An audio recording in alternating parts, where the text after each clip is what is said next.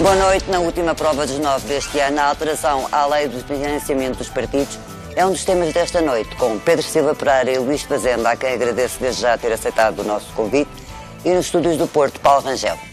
Boa noite a todos. Paulo Rangel começa exatamente por si e por esta questão da alteração à lei do financiamento dos partidos. Como é que saem os partidos e os deputados de toda esta polémica que tem surgido esta semana a propósito destas alterações, quando se fala de isenção de IVA, quando se fala da ausência de limite para a angariação de fundos? Como é que, na sua opinião, os partidos saem? Com que imagem e credibilidade é que os partidos saem? Sinceramente, eu acho que saem bastante mal. Eu acho que aqui, independentemente, antes do mais, de qualquer juízo substantivo, sempre que está em causa uma matéria de, eu diria, transparência, ou uma matéria de, digamos, regime, seja das incompatibilidades, seja dos partidos políticos, seja do seu financiamento, estas matérias devem ser tratadas com toda a transparência. Acho que não devem ser tratadas com populismo. Quer dizer, se é preciso tomar medidas que se destinam a favorecer o funcionamento mais transparente da democracia, mas isso não implica necessariamente tomar medidas que sejam muito populares ou agradáveis. Nós sabemos que há uma vertigem um pouco demagógica para atacar os partidos e a classe política e, portanto, eu não estou a dizer que se deve ir atrás dessa onda.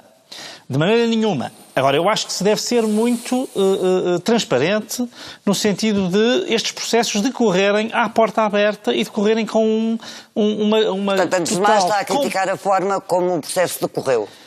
Estou. Não critico apenas a forma, mas antes do mais critico a forma. Eu acho que isso é o pior de tudo, porque é evidente que se tivesse havido um debate aberto, na qual não apenas os partidos que têm de aprovar a lei, portanto, os partidos têm representação parlamentar, mas toda a comunidade, digamos, pública, e estou a pensar, não apenas, enfim, em todos os portugueses, com certeza que podem acompanhar essa discussão, mas estou a pensar nos jornalistas, estou a pensar nos comentadores, estou a pensar nos especialistas de direito constitucional, nos especialistas de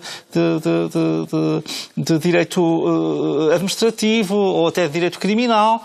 Estou a pensar também nos especialistas na área da economia, do financiamento, das finanças, nos especialistas de ciência política, enfim, que são aqui talvez até os mais digamos, implicados neste tipo de questões.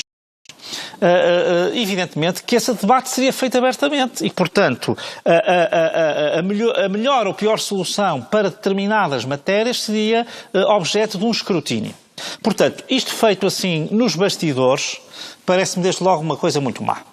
E depois, sinceramente, parece-me também que esta reforma se devia ter concentrado não tanto na alteração do regime substantivo e, portanto, não tanto nestas questões de saber quais são as medidas que estão ou não estão sujeitas a IVA ou saber quais são os limites da angariação, mas devia estar essencialmente focada e canalizada naquele que era o ponto que realmente, em que havia um déficit, que é o ponto do controlo por parte da entidade que é responsável junto do Tribunal Constitucional justamente por fiscalizar as contas dos partidos políticos, portanto era justamente, enfim, apurar estes mecanismos de controle. Eu penso que isso é que era o essencial.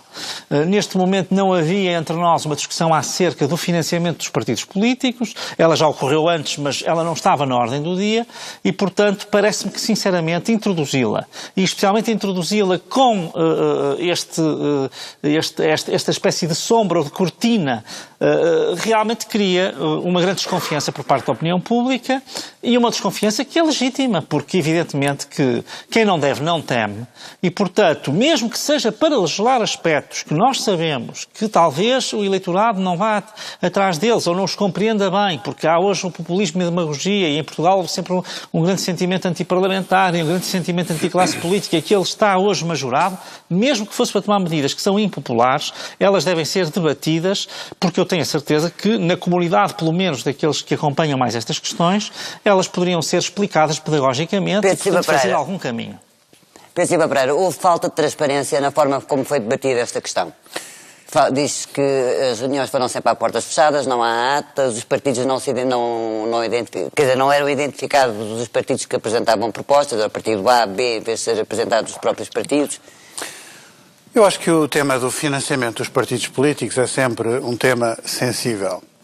E como dizia também o Paulo Rangel, é até um tema que se presta a aproveitamentos populistas que são contra os partidos políticos e acabam sendo também contra o funcionamento do nosso sistema democrático. Mas esta forma de funcionar e por isso toda a cautela é pouca. E, de facto, acho que neste processo legislativo não houve a cautela suficiente.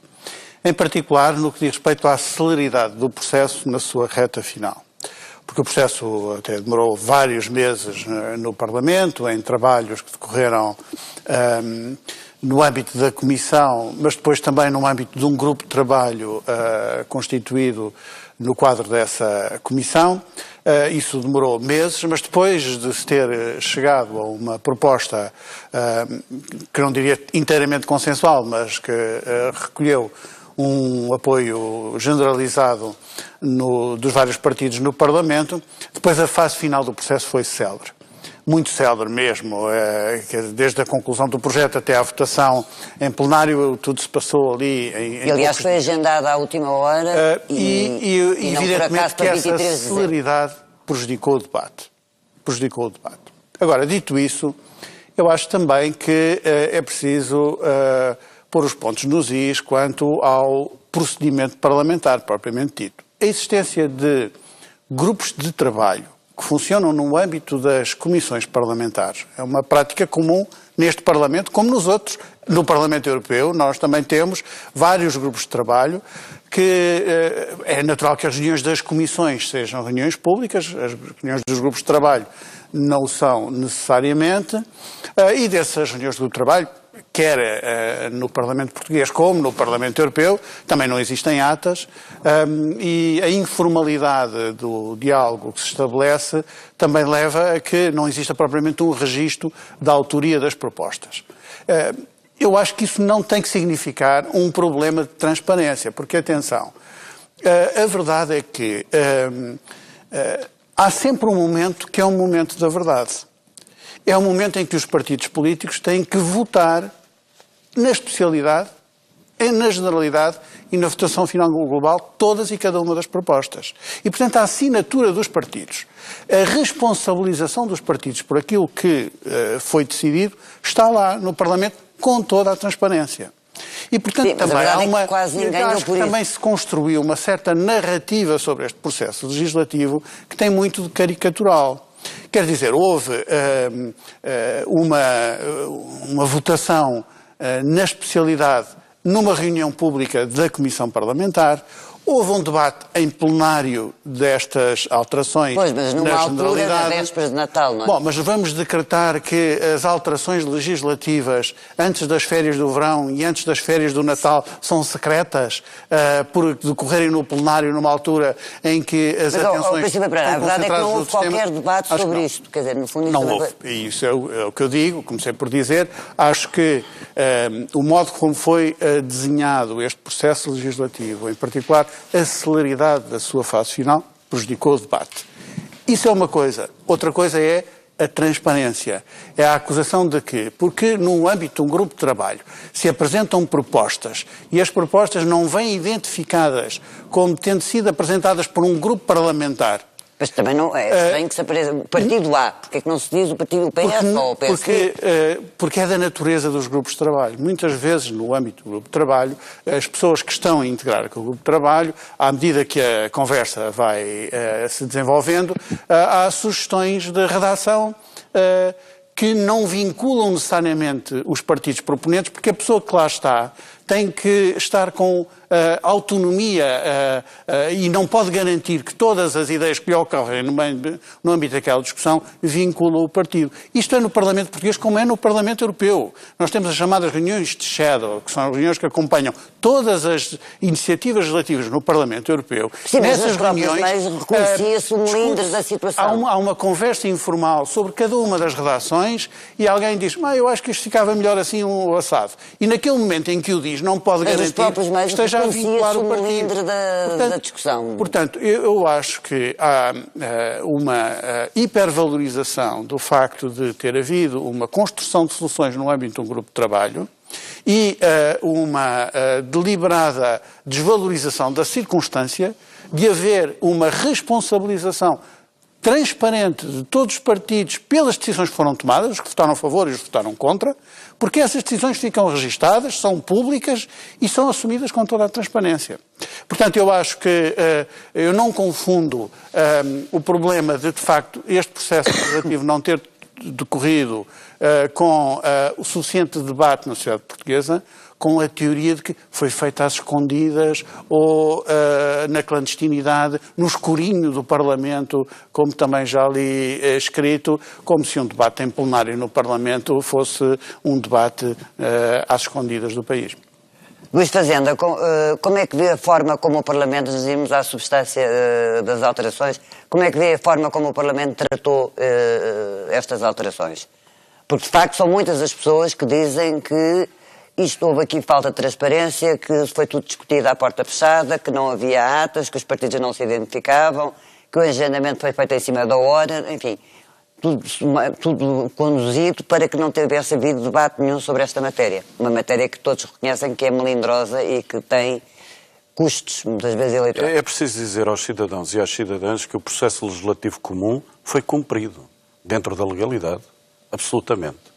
Isto Sim, não diz isenta, que é ilegal. Isto não isenta a crítica de que o Parlamento, um conjunto de partidos, os deputados da Comissão de Assuntos Constitucionais, tiveram uma posição envergonhada sobre debate e polémica pública, que deveriam ter assumido, com todas as consequências, porque são problemas estruturais do regime democrático e dos valores constitucionais e, portanto, devem ser debatidos.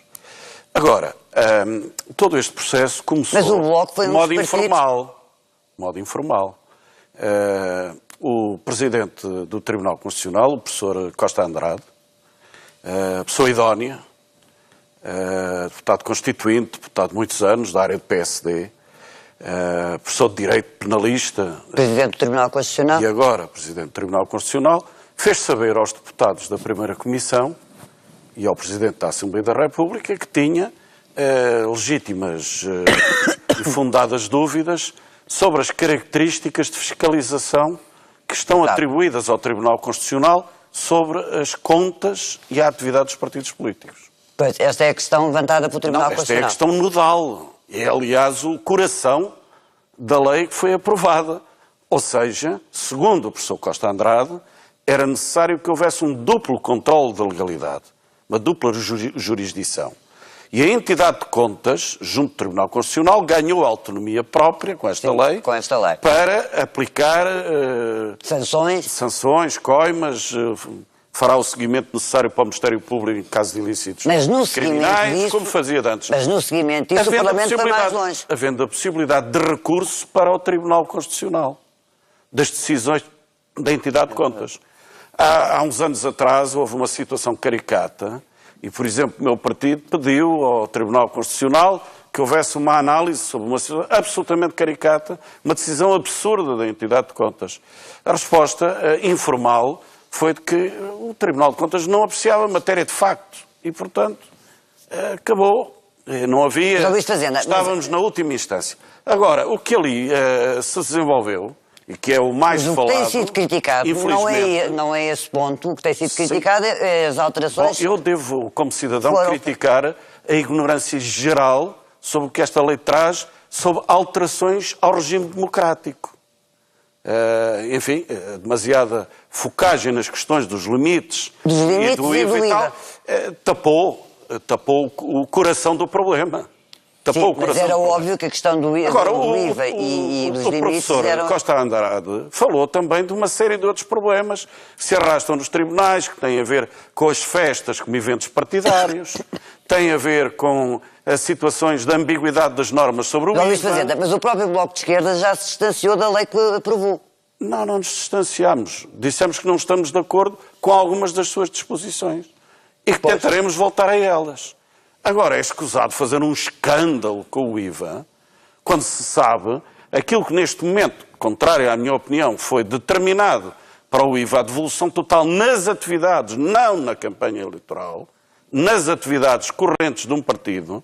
Houve para aí quem dissesse que os partidos agora podiam abrir cafés, bares, restaurantes, e etc. Isso é tudo uma novela ficcional, isso não existe. Mas é ou não é verdade que os partidos até aqui... Não, é o regime que tem a Igreja Católica. E que o Bloco tanto critica. Claro, eu acho até que a isenção de IVA se deveria manter apenas para questões de trabalho social, seja de quem for. Entidades públicas, privadas, etc. Mas a verdade é que até aqui, até agora, partidos... Mas a Igreja Católica, ou até coletividades associadas à Igreja Católica, têm isenção total de IVA em festas e romarias pelo país inteiro. Quer dizer, porque é que a festa do PSD, ou a festa do PCP, ou a festa de não sei quem, também não há de ter a mesma circunstância? Mas já tinham isenção de IVA naquilo que toca à mensagem política e à mensagem partidária. Mas aí havia um problema que se arrastava constantemente em tribunais. E que, aliás, esta lei não veio resolver. Que se arrastava constantemente em tribunais, porque a norma é ambígua. E, portanto, havia sempre dificuldade em perceber qual era o IVA que estava associado à divulgação da mensagem e o que é que não estava divulgado à associação da mensagem. Dizer que os partidos não podem fazer festas, dizer que os partidos são agora entidades diminuídas... Sim, mas a verdade é que a partir de agora, se estas alterações forem para a frente, a partir daí os partidos deixam de pagar IVA, de facto. Com certeza. Pois. Veremos se a lei for para a frente. Exato, se a lei for para a frente. Em relação ao aumento dos limites, voltamos às festas. E, aliás, a maioria dos partidos, mesmo com as festas, não atingia os limites que a lei prescrevia. O que é que vai suceder sobre isto? Nada de extraordinário, porque os partidos não continuarão a ultrapassar os limites anteriores. Então, porquê que acabaram com não é uma situação de ficção. Não se pode determinar à partida que numa determinada festa, e há uma muito conhecida... Está a falar da festa do Avante. Com certeza. Que determinado tipo de pessoas que lá vão, até um determinado patamar, podem entrar.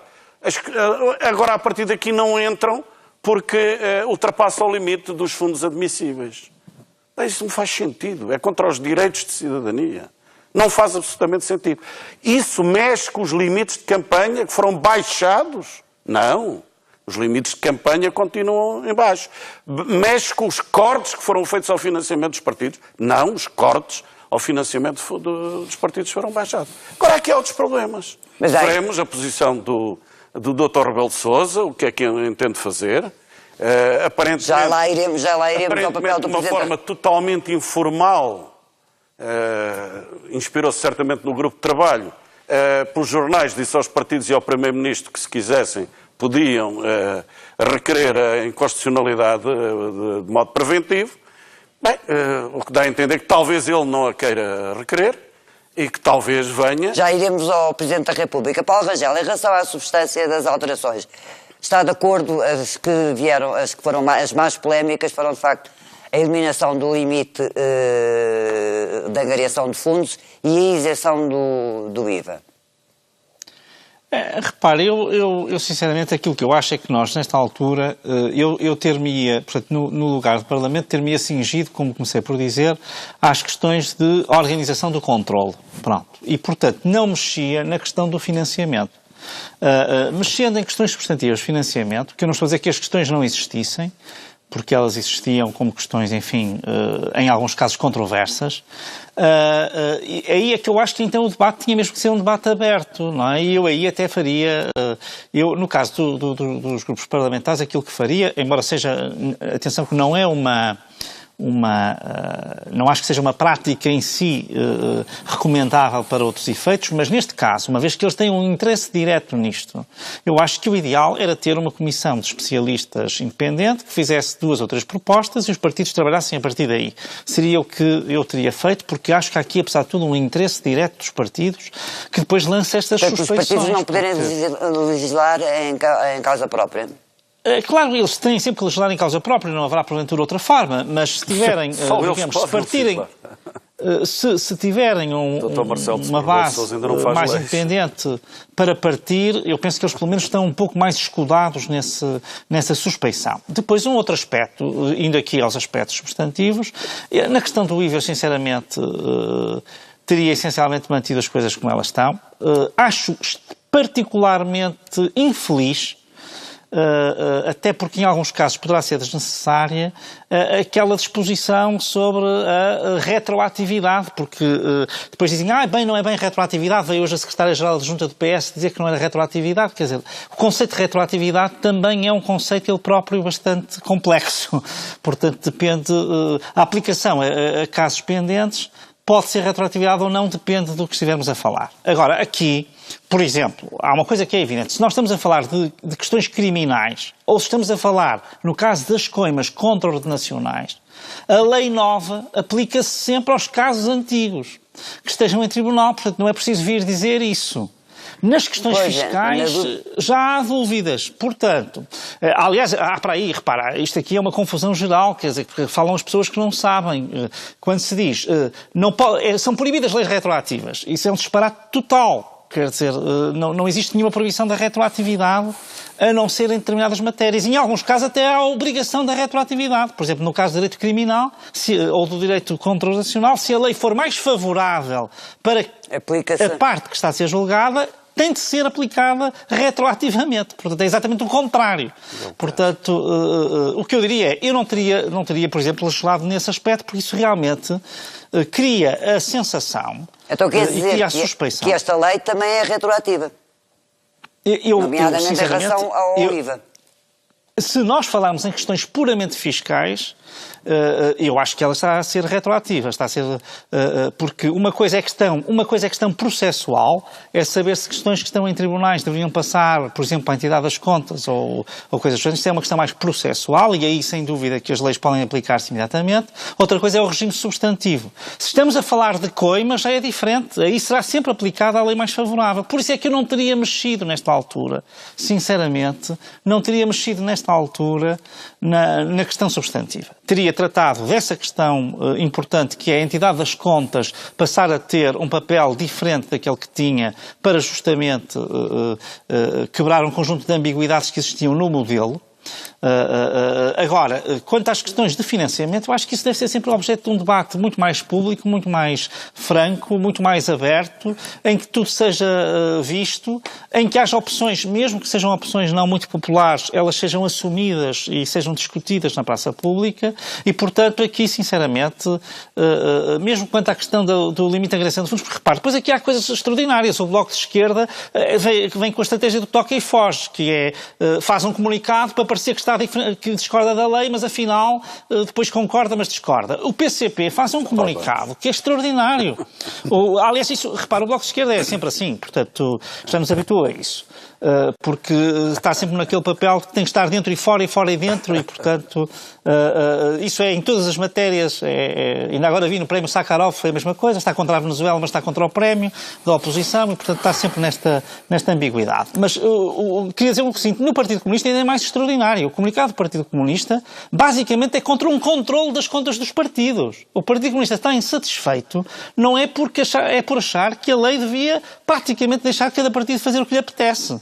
Porque o Partido Comunista tem a ideia de que ele próprio é que tem que controlar as suas finanças e ninguém tem que se ingerir nas contas do Partido Comunista. Portanto, o Partido Comunista tem a solução mais anti-transparência. Mas é que é preciso dizer isto, porque está-se a dizer que o Partido Comunista se está a distanciar. Ele está, mas ainda não ouvi ninguém dizer isto. O comunicado do Partido Comunista é no sentido contrário à transparência das contas dos partidos políticos. É preciso que esteja dito. Bom, já agora também acho que é preciso que seja dito... Já agora, que esse tal famoso grupo de trabalho foi presidido por um deputado do PSD, não é? Já agora, já que estamos nesta franqueza toda e a apontar o dedo a este ou àquele, bom, então vamos dizer que este grupo de trabalho, que é acusado de todo esse secretismo, foi presidido por um deputado do PSD. Não é? Bom, vamos lá ver. Eu queria agora concentrar-me na questão na questão da retroatividade. O Partido Socialista, havendo retroatividade na lei, o Partido Socialista é altamente beneficiado porque tem 7 processos, se não me engano, em curso contra a autoridade tributária e, portanto, veria exatamente esse problema resolvido com estas alterações? Não há nenhuma retroatividade fiscal nesta lei. Aliás, a própria ex-presidente da entidade de controle das contas, nas entrevistas que tem dado, a doutora Margarida Salema, embora possa ter discordâncias num ponto ou noutro desta lei, é muito clara nesse ponto, diz que não há nenhuma retroatividade fiscal, acha até que não há alterações. Mas quando se fala em processos pendentes... Os processos pendentes têm que ver com os processos junto do Tribunal Constitucional, não tem nada a ver com as questões fiscais. Porque exatamente o coração desta lei, como explicava o Luís Fazenda, é sobre a distribuição de competências entre a entidade das contas e o Tribunal Constitucional. Para resolver o problema da falta de dupla jurisdição, foi confiado à entidade das contas um papel que implica agora não apenas instruir os processos, mas tomar uma primeira decisão administrativa, da qual cabe recurso para o Tribunal Constitucional. Esta é a alteração fundamental, que foi pedida pelo Presidente do Tribunal Constitucional com um argumento que é preciso atentar nele. É que ele dizia que se não se fizesse esta alteração à lei dos financiamentos dos partidos, todos os processos que estavam pendentes no Tribunal Constitucional podiam cair por inconstitucionalidade. E, portanto, era preciso fazer esta alteração à lei. Mas no artigo não é referido o Tribunal Constitucional, é referido pendentes nos tribunais. Portanto, pode-se aplicar também a outros tribunais. Mas é num quadro, como aliás explica a doutora Margarida Salema, é num quadro em que se está a referir que, havendo uma alteração na distribuição de competências no Tribunal Constitucional, isso não vale apenas para os processos futuros, aplica-se aos processos pendentes. É isso que está lá dito. Portanto, salvaguardam-se os atos que foram praticados no âmbito desses processos e estas regras processuais aplicam-se... Mas em relação aos processos pendentes não acontece... Não acontece como disse o Paulo Rangel, não é aplicada a lei mais favorável. Porque neste caso não se trata disso. Porque isto aqui, aliás, nas questões fiscais, não há nenhum processo de infrações, nem nenhum processo criminal, nem sequer nenhum processo de execução fiscal contra o Partido Socialista. O que há é uma liquidação que foi contestada pelo Partido Socialista. Portanto, não tem nenhuma alteração, esta alteração legislativa, no que diz respeito ao quadro jurídico que rege esses litígios fiscais que existem. Portanto, isso fez parte, e fez parte da poeira que foi atirada para o ar ao longo destes dias, com várias inverdades, e uma delas é essa. Outro aspecto muito importante que é preciso perceber é que realmente esta lei não é uma lei que trate da questão do financiamento dos partidos. A questão das subvenções partidárias mantém-se como estava antes.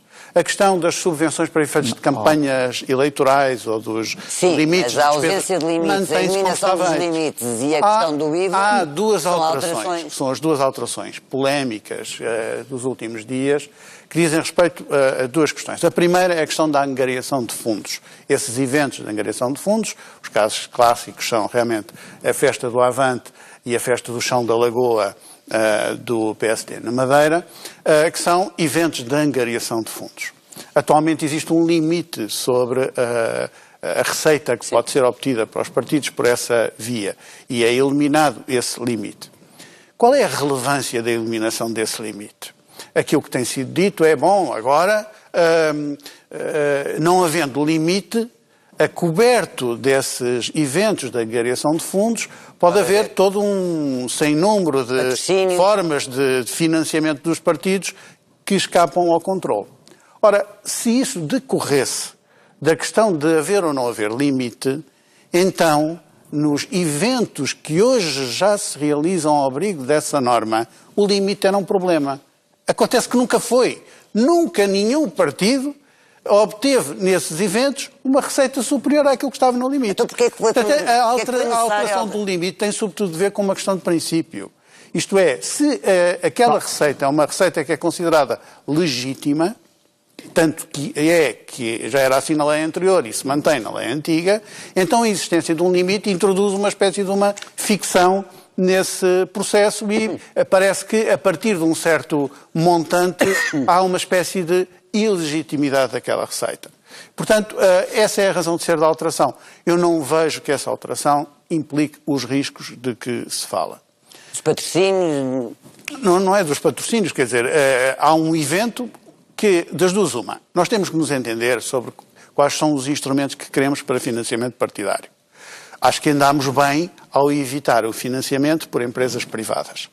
Hoje em dia, o financiamento dos partidos é essencialmente público, devido a todos os riscos inerentes ao facto de haver um financiamento por interesses económicos privados. E as exceções que existem para isso são as cotas, que têm uma relevância residual no financiamento dos partidos, estes eventos de angariação de fundos e contribuições individuais que estão tabeladas, têm um limite individual que não pode ser e que se mantém. Portanto, essencialmente, o financiamento dos partidos políticos é um financiamento público para preservar a independência, a autonomia dos partidos políticos em relação aos interesses económicos. Isso é um interesse meritório para o funcionamento da nossa democracia. Sim, mas não é isso. Mas se é assim, então nós precisamos ter alguma cautela no modo como organizamos as disposições fiscais, sob pena de estarmos o Estado a dar subvenções aos partidos para os partidos pagarem ao Estado depois na forma de impostos. E depois isto o que conduz é à necessidade depois, de hoje para amanhã, se alterar as subvenções. Portanto, a alteração que foi introduzida em matéria de IVA é uma alteração que procura, sobretudo, introduzir uma clarificação. Aliás, o Presidente do Tribunal Constitucional também dizia que havia problemas na interpretação em matéria... Sim, mas assim deixa de haver problemas, de facto, como não há IVA. Não há problema nenhum. Porque havia, de Diga, facto... Paulo Rangel. O que eu estou a dizer é que, ouvindo o Pedro Silva Pereira, não há aqui problema nenhum. Isto é uma coisa sã. Quer dizer, o que eu queria dizer é o seguinte. Eu acho que isto... Vamos cá ver. O Pedro Silva Pereira já enunciou aqui um conjunto de princípios de financiamento dos partidos, o que significa que esta lei atinge também esses pontos. E isso não devia ser feito sem uma discussão sobre os modelos. Repara, e na questão do IVA... Qual é o princípio que atinge? Desculpe, quando diz que não mexe... Desculpe, quando diz que não mexe nas subvenções, se eu mexo no regime do IVA, desculpe, eu estou a dar dinheiro aos partidos. Eu não estou a mexer no regime do IVA. A alteração é uma alteração que clarifica a interpretação em matéria da isenção de IVA, não é? Mas pronto, mas quer dizer, agora, portanto, esta é que é a questão agora, e também deixe-me que lhe digo já que veio logo com o remoque que havia uma pessoa do PSD, mas eu aqui já lhe disse, eu sei que quando lhe convém nunca respondo pelo PSD, mas como apontou ali o dedo ao Bloco de Esquerda e ao Partido Comunista, já agora achei que era bom esclarecer os espectadores. Eu vou-lhe explicar, Pedro Silva Pereira, calma. Deixe-me só dizer, não me deixou. Eu sei que fica, vamos cá ver, eu sei que fica sempre muito agastado quando eu lhe digo isto, mas o Pedro Silva Pereira não tem, desculpe, deixe-me só dizer, posso falar? Desculpe, não, mas agora isto tem que ser dito, porque eu fui aqui objeto de um remoque e tem que ser dito. Que é o seguinte, o Pedro Silva Pereira nunca é capaz de dizer nada contra o seu partido. Isso não é verdade. Esta é que é a questão. Está aqui e não está numa posição de independência. Isso é o seu refrão. E, portanto, isso é o seu refrão. Fraco argumento. Aliás, fraco argumento. Mas deixe-me só dizer. Pronto, nunca é capaz. Não é sequer uma verdade. E agora, o que eu lhe vou dizer é o seguinte. A razão pela qual eu critiquei e critico o PCP e critico o Bloco de Esquerda e não me viu criticar o PS nem o PSD, não é? É porque, enquanto que o PS e o PSD, de uma forma ou de outra, assumiram o seu comportamento, ainda que eu o critique quanto à questão de mexerem no financiamento dos partidos políticos, e a sua intervenção deu-me razão total, porque mostra claramente que isto mexe no financiamento dos partidos políticos, e isto não era ocasião para o fazer, e para o fazer sem um debate. Pronto. No caso do Bloco de Esquerda e do Partido Comunista, eles põem a mão e tiram a mão. Pronto. Querem ficar bem na fotografia. Não me viu criticar o PS por isso, embora o PS mereça muita crítica, porque na questão do IVA e dos processos... na questão do IVA e dos processos... os candidatos do PSD a pronunciarem sobre esta questão. No caso do IVA... neste debate, afinal de contas, não estão também a tirar a mão. No caso do IVA e dos processos... Para terminar, o PS tem telhados de vidro, sabe? Não, o PS, desculpe, há uma coisa que eu já lhe disse e que lhe volto a dizer. Eu estou aqui num regime de liberdade, eu sei que o Pedro Silva Pereira não está. É a voz do dono, Tem que vir defender lá o seu dono. Bom, mas eu estou aqui num regime de liberdade, portanto digo aquilo que entendo que devo dizer. Dono há de ter o senhor, percebe? Dono há de ter o senhor. Portanto, tenha um bocadinho de boa educação, ao menos neste debate. É a voz do dono. Sim, já agora para acabarmos bem o ano, um bocadinho de educação e de civismo também todos aqui temos liberdade para dizer o que pensamos. Todos temos liberdade, mas é preciso dizê-lo. É preciso dizê-lo. Luís Fazenda, é como é que responde? Já há pouco queria responder ao tem que Paulo ouvir Rangel. isso. Quando ele falou do toque e foge Tem que ouvir. do Bloco de Esquerda, eu estava a dizer que queria responder, foi agora repetido outra vez. Quero e já lá vou, mas há aqui uma questão, eu também estou em regime de liberdade, há aqui uma questão que é essencial. O artigo 7º, disposição transitória, que tem sido o artigo mais controvertido desta lei, Que é o tal, não está bem redigido. que é o tal da retroatividade dos processos Mas pendentes.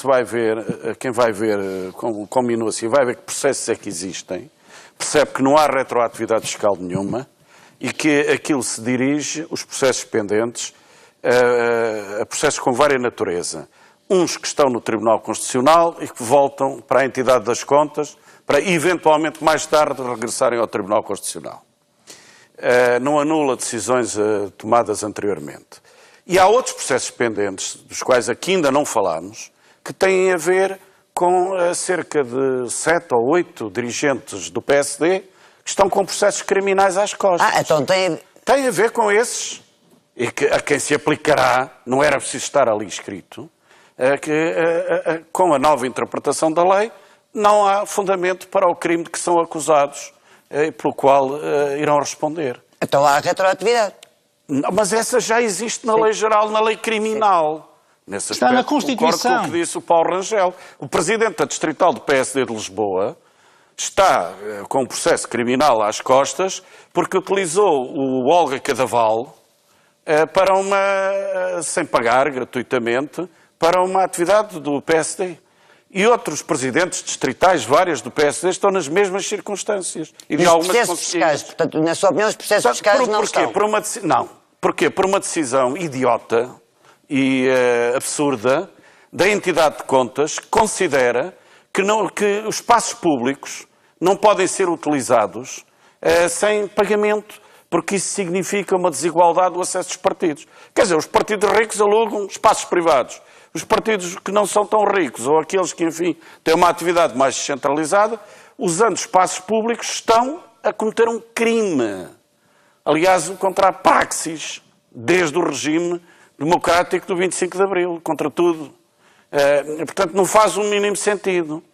Mas são todos do PSD que estão, neste momento, com processos criminais às costas, porque os outros partidos, mesmo contra a vontade, observaram essas regras que eu repito, idiotas e absurdas da entidade de contas.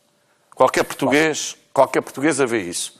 E, portanto, quanto a processos pendentes... Estamos a referir processos... Nem era preciso referi-lo na lei. Iria inevitavelmente aplicar-se, e, portanto, o Presidente da Distrital de Lisboa não será sancionado criminalmente do PSD. Mas o problema que se tem não levantado... vai ser aplicado. Constança, não vai ser aplicado. Não vai ser aplicado, não faz não sentido. insistamos Basta nesse conhecer os erro, processos não enganemos para os perceber que isso espectadores que estão lá em existe. casa. Agora, isso é claro para todos. voltemos às questões de política mais rasteiras. O Bloco de Esquerda não está numa posição de toque e foge, assume as suas responsabilidades. Assumiu contribuir para uma lei de entendimento do regime a pedido, e é um pedido responsável, a um pedido muito para além dos muros do Palácio Raton, do Presidente do Tribunal Constitucional. Porquê? Porque há problemas sérios, segundo o Presidente do Tribunal Constitucional, acerca da constitucionalidade deste regime. E, portanto, nós não queríamos ficar associados... Mas quais são as queríamos ficar associados a algum tipo de desagregação da legalidade vigente sob o controle dos partidos.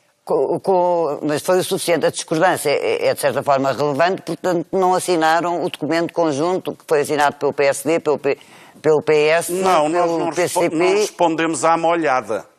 Temos identidade própria e defendemos as nossas posições. Ainda agora, no Orçamento de Estado, tornámos a defender que os partidos não deviam ter isenção de IMI.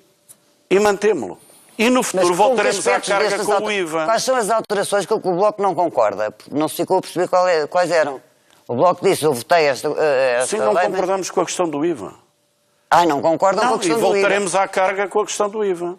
Portanto, acha que não deve haver isenção? Contribuímos para um entendimento dos partidos... Pronto, para as pessoas perceberem, então o Bloco não concorda com a isenção do IVA nos partidos? Total não concordamos.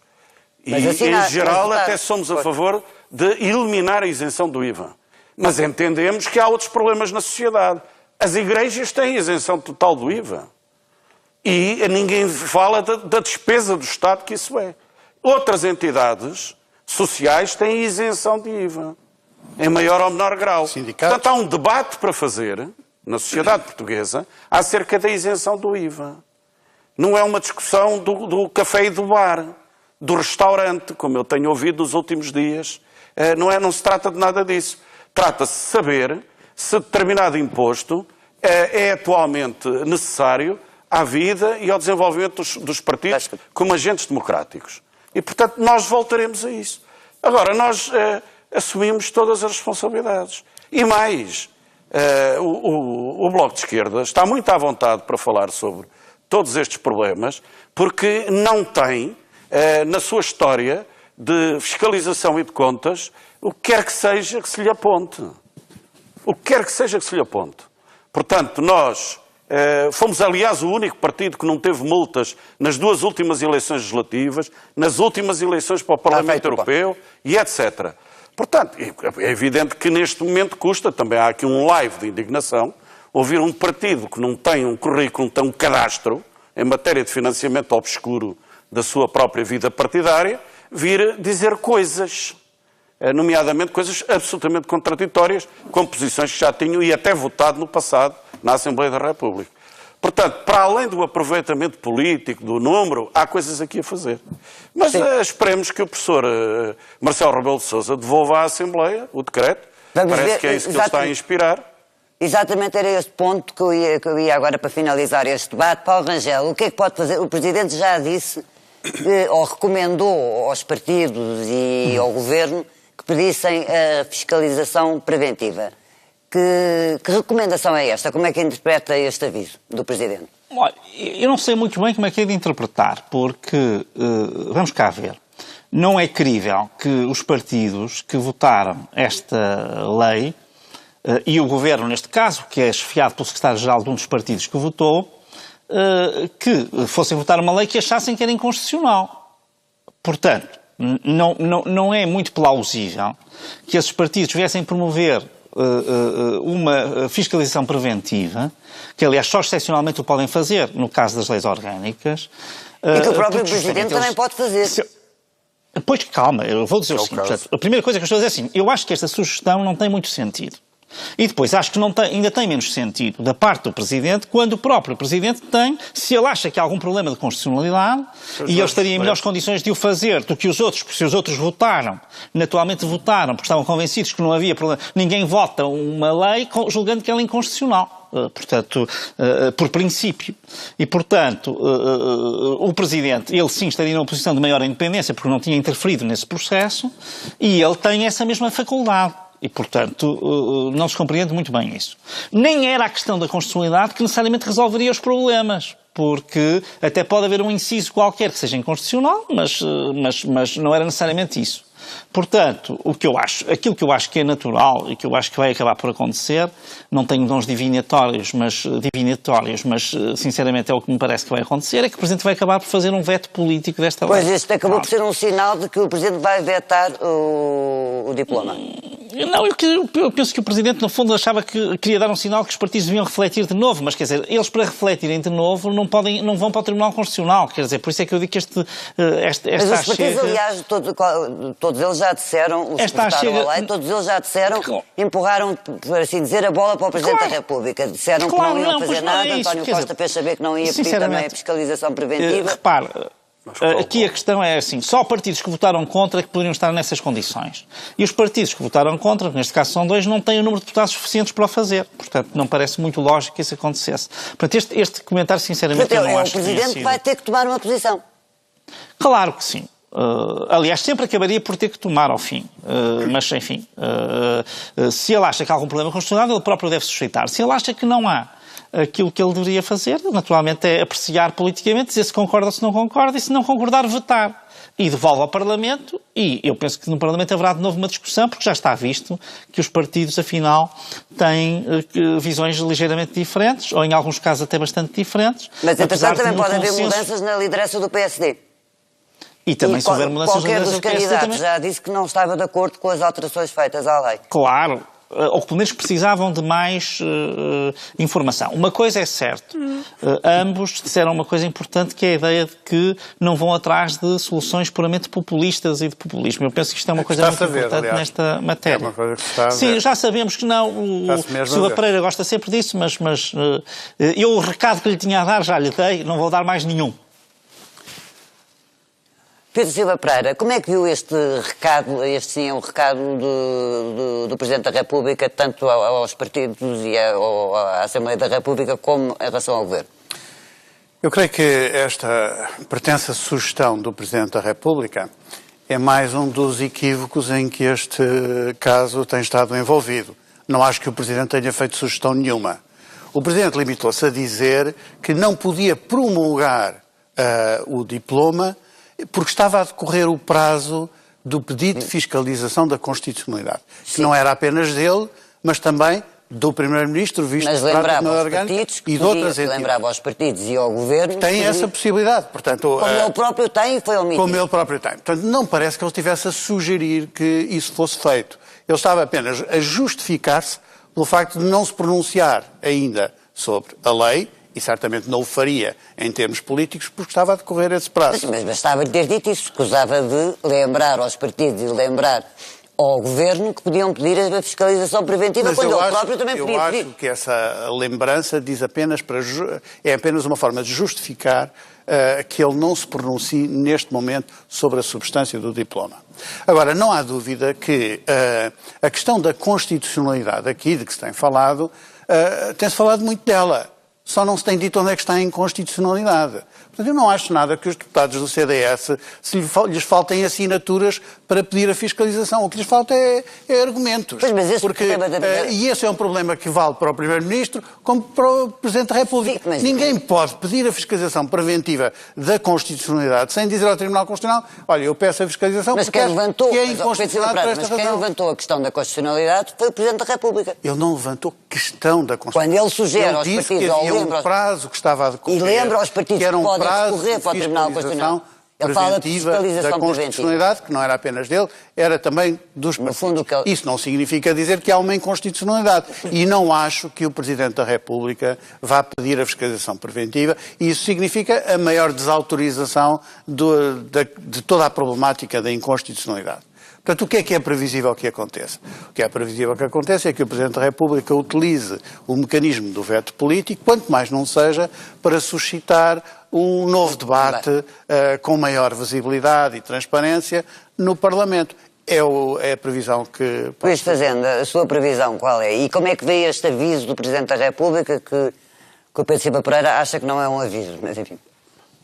É incomum e é lamentável do ponto de vista político que o Presidente da República se entretenha em enviar mensagens a outros órgãos de soberania pelos órgãos de comunicação social. Ainda por cima, mensagens ambíguas. Tendo ele a possibilidade de pedir a fiscalização preventiva, sugeriu que talvez o Primeiro-Ministro, talvez a Assembleia da República, grupos de deputados, etc., o pudessem fazer. Não sei porquê, não se percebe ainda porquê. Mas tudo indica que ele não pedirá a fiscalização preventiva da constitucionalidade. Não sei porque é que vem sugerir a outros que o façam. Particularmente, como já foi aqui dito, aqueles que eventualmente achariam que era inconstitucional, nem o podem fazer, nem têm argumentário para tanto. Agora, há aqui uma circunstância que não podemos omitir de modo algum. O veto político e a devolução do diploma ao Parlamento levará a um debate com o PSD fora do quadro da aprovação desta lei. Porque nessa altura, quando voltar ao Parlamento, poderá já haver uma nova liderança no PSD. Sim, bem, os candidatos a líder do PSD já vieram todos dizer que não estão de acordo. Desautorizaram Pedro Passos Coelho, desautorizaram o grupo parlamentar. Aliás, o primeiro signatário do projeto de lei é Hugo Soares, líder parlamentar do PSD. Portanto, veremos como é que se vai comportar então o PSD. Eu creio que o Dr. Rebelo de Sousa tem a noção exata de que vai entregar às feras aquele diploma e, portanto, veremos a evolução de tudo isto. Nós, por a nossa parte, Bloco de Esquerda, eu aqui o reafirmo, estamos muito à vontade. Estamos à vontade com soluções que não partilhávamos, com soluções que partilhávamos. Somos, eventualmente, se o conjunto dos principais partidos Mas, do na sua regime opinião, se a lei... não querem valorizar elementos constitutivos do regime constitucional do 25 de Abril e a capacidade do Tribunal Mas, na sua Constitucional... opinião, se a lei não for para a frente, fica por resolver os problemas levantados pelo Tribunal Constitucional. Com certeza. O Dr. Rebelo de Sousa e o Presidente do Tribunal Constitucional depois que digam ao país como é que isso vai ser. Bom, e assim chegamos ao fim de mais uma prova dos 9. Boa noite e bom ano também, de 2018.